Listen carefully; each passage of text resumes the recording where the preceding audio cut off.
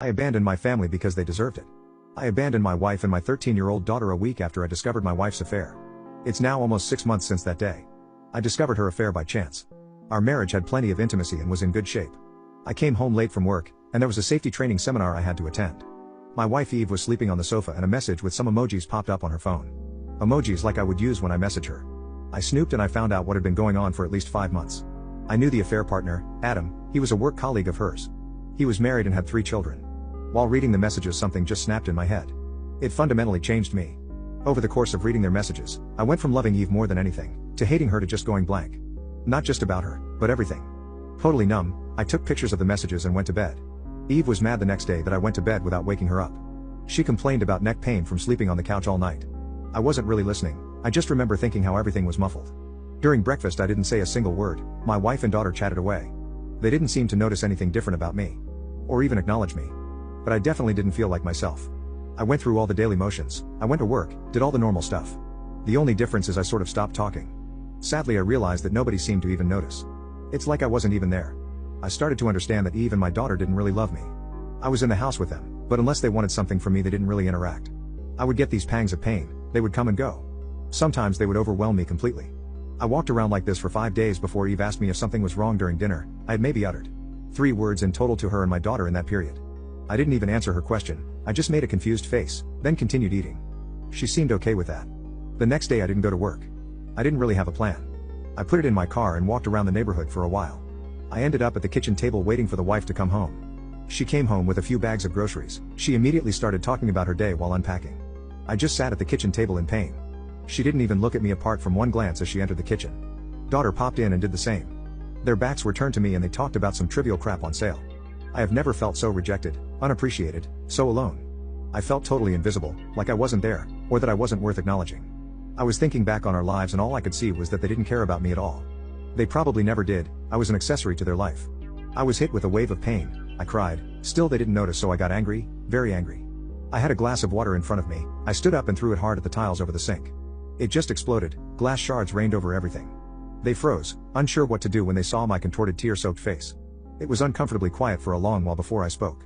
Eve, I know all about your cheating with Adam. My daughter looked at Eve. What? Is that true, Mom? Eve started to try to explain. She briefly glanced at me and said, sorry, I can explain. Then she turned back to our daughter and they started arguing. Again it was like I was invisible or something.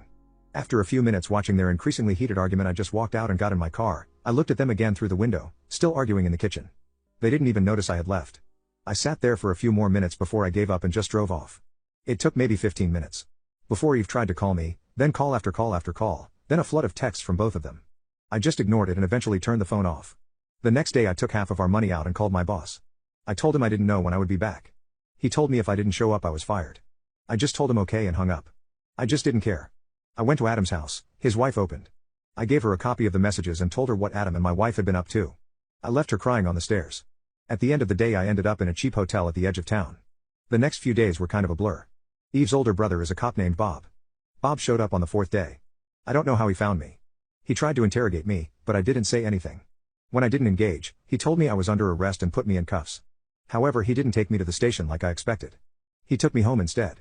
Bob dragged me into the living room where my wife and daughter immediately started berating me. Still I said nothing. I just listened in amazement while they told me how terrible this was for them. What a terrible a-hole I was for making them worry. It went on for a while. In the end Eve screamed at me, say something. I stared at her for a while before calmly saying, I have nothing to say to you, Beach. Bob freaked out, and slammed me against the wall. Screaming at me to not talk to his sister that way. I got a lot of satisfaction out of Bob's violent reaction. I don't know why, it made me so happy I was laughing. Bob's wife left him 4 months earlier. I smiled at Bob. You're pathetic, Bob. Did you hurt your wife, Bob? Is that why she left you? Bob hurt me hard. I went down. Wife and daughter started screaming their heads off. As I started to get up I just laughed even harder. I just couldn't help myself. I am still in handcuffs, laughing. I said, F you, Bob. He knocked me out cold this time. I woke up in the hospital. I puked all over the floor the second I opened my eyes, so I knew I had a concussion. Eve, Bob and my daughter were there. They were talking to me. I was too confused to make it out. A nurse appeared and asked them to leave. She got me a pan to puke in and called someone to clean. While she was taking my pulse, I told her that my family put me here and that they were not to come anywhere near me. If they came back into the room I would leave. I would just run away. She argued kind of sternly that running or even getting up was a really bad idea for me. But she would talk to security. I didn't see them again in the hospital. It was bliss. I decided to disappear, to turn into a ghost. I wanted nothing to do with these people ever again. I made a letter to each of them. I warned Bob that if he ever bothered me again I would report him. I told my daughter that Eve had betrayed me and that she would be without a father from now on. To Eve I made a longer letter. I tried to be as practical as possible. I told her to sell the house, that I won't be paying the mortgage or utilities anymore. I told her reconciliation, or even contact was impossible, especially after she had sent her brother to drag me back and hurt me senseless in front of them. I explained that I won't do anything for her ever again, so if she wants a divorce she will have to arrange it. I told her I will disappear and I don't want to be found. I ended it with if she interferes with my life again I will simply end myself. I really regret giving her that last sentence. It's like I let her steal a little bit more of me, like I let her give me a little more pain. In the hospital I made a plan on how I could disappear. Eve gave the hospital some fresh clothes that they forwarded to me. Then one evening I just went out the rear fire escape. I triggered some kind of alarm. I was panicking a bit but thankfully no one stopped me. I got back to the hotel to pick up my car. I traded it with a small RV and set off. I got a new phone. The only person I called was my father.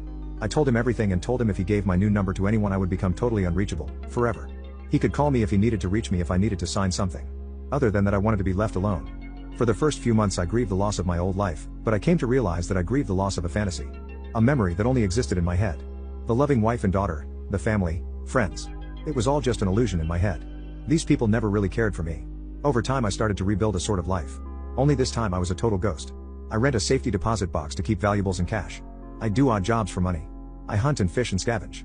My money consumption is insignificant so my cash reserves are actually growing. I don't pay taxes, I don't have a bank account. When people ask my name I answer people call me Fred. I go out of my way to not contribute to society or anything else for that matter. All in all my life is getting better. At least now no one is using me for nothing but their own benefit while pretending they care about me. I don't know what happened to my wife and daughter, my old friends or the rest of the family. I don't know if I am divorced now or if I owe child support. I don't know what happened to the house.